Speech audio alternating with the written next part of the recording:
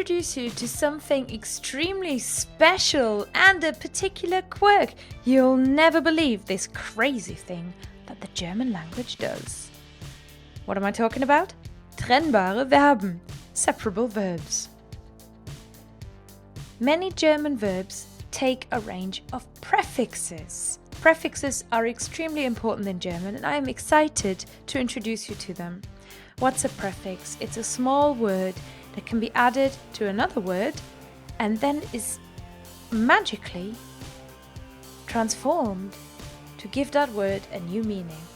So your prefix plus verb create a new verb. Here's an example. In the middle you see the verb kommen, to come. And I have arranged a bunch of prefixes around this word.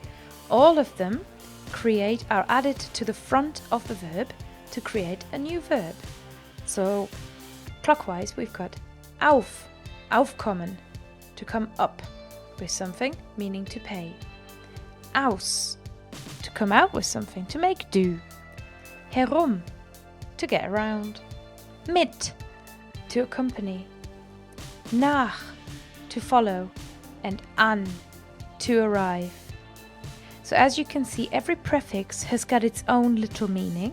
For example, we've got mit, meaning with.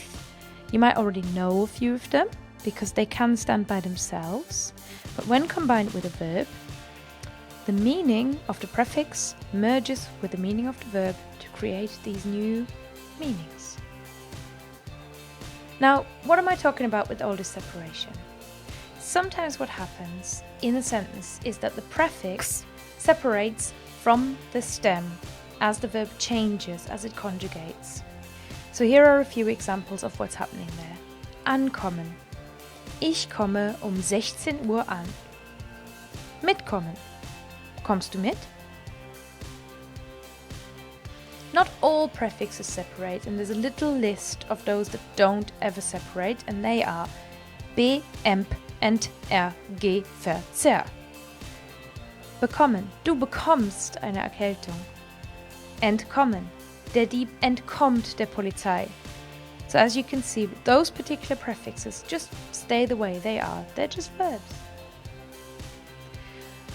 To tell the difference, the easiest way to work this out is imagine that if there is stress on a prefix, it's going to crack under pressure and separate and hide at the end of the sentence. So what we're looking at is the pronunciation of your verb. When the first syllable is stressed, the prefix is stressed, it's a separable prefix. Non-separable prefixes aren't stressed, so there's no pressure on them and they don't break. Bekommen has got its emphasis on the second syllable. Entfernen, versehen, all work in the same way. So remember this little list here. Be, emp, ent, er, ge, ver, zer are never emphasized.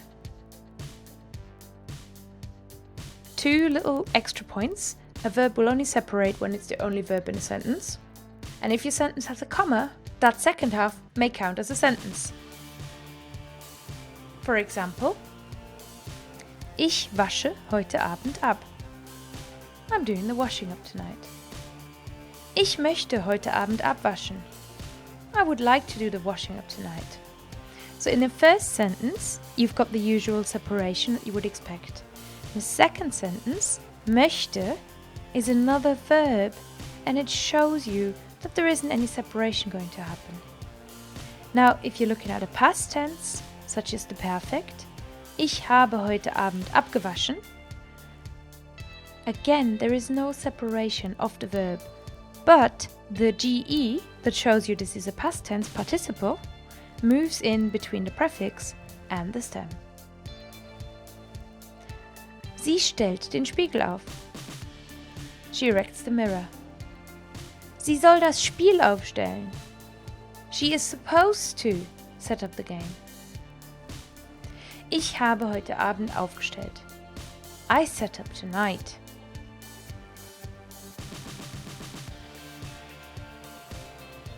And as always, remember, Übung macht den Meister. Practice makes perfect.